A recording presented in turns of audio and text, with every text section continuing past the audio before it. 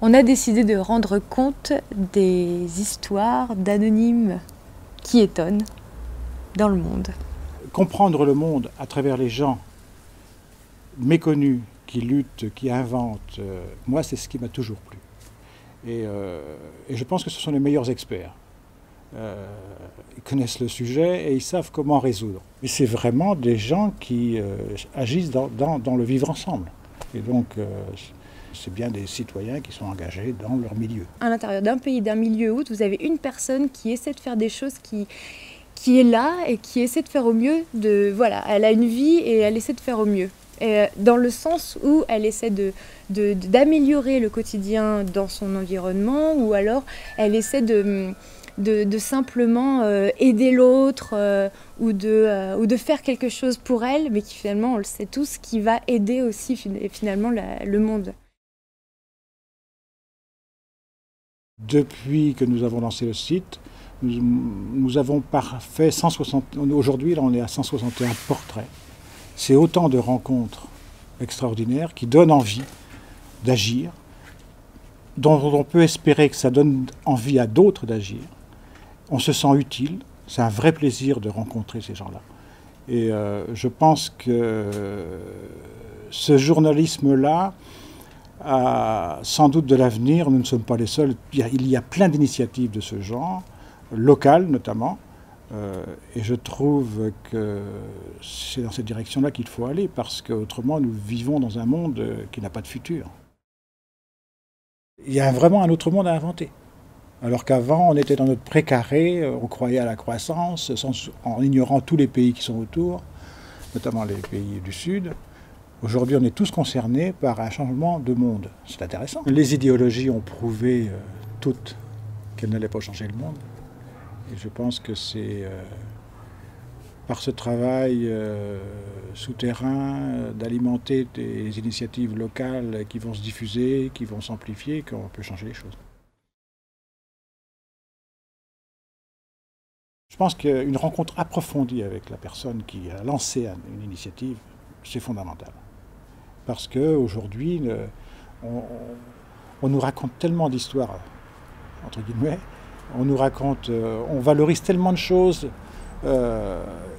qui sont parfois du vent, que la seule façon, c'est de retourner à la base, la personne qui l'a lancé. Il y a tellement de communication maintenant autour des actions, que si on ne sait pas qui fait, moi j'ai des doutes. Donc là, on essaye de présenter des actions, des gens qui agissent, des actions à travers les gens qui font.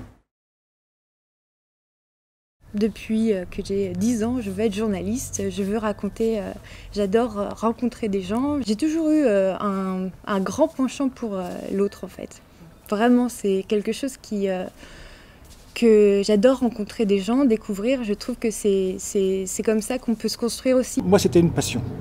C'était le sens de ma vie quand j'étais journaliste. Je pense que le journaliste doit automatiquement être engagé. Moi, c'était mon engagement. J'ai fait à peu près toutes les fonctions, enfin beaucoup de fonctions à Ouest France, quotidien régional. Dans ma carrière, il y a eu des périodes où j'étais plus ou moins bridé. La dernière période, j'étais beaucoup moins.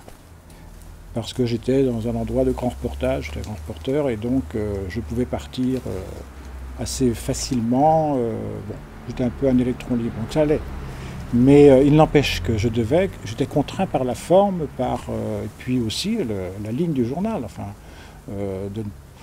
c'est un journal qui est c'est un très bon journal, très respectable, que j'ai beaucoup de respect pour ce journal et ses fondateurs.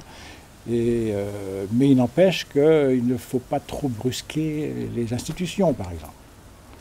Et la presse française, d'ailleurs, en général, ne brusque pas trop les institutions. Nous, là, c'est une libération, là, tout faire. Pour moi, à titre personnel, c'est vraiment une bonne opportunité de surtout faire du journalisme comme je le souhaite. C'est extraordinaire d'être étonné. Moi, je suis... Enfin, l'un des grands plaisirs de cette entreprise, de cette aventure, c'est l'étonnement permanent. Aussi bien chez les gens qu'on rencontre. Moi, j'ai fini ma carrière, je pensais avoir vu beaucoup de choses, mais j'en découvre régulièrement tout le temps. J'ai l'impression d'être dans une aventure qui se construit en permanence. Non, bon, c'est simple. Au départ, c'était une idée d'un jeune retraité pour faire du journalisme comme il le veut. Il se retrouve avec des amis journalistes, non journalistes. C'est parti pour l'aventure. Et un an après, ça commence à prendre de l'ampleur. On va essayer de continuer. Donc, on amène une jeune avec nous. Et puis on y va et on continue avec des valeurs, des belles histoires, un site qui se développe, qui est en fait tenu avec passion et donc bénévolat.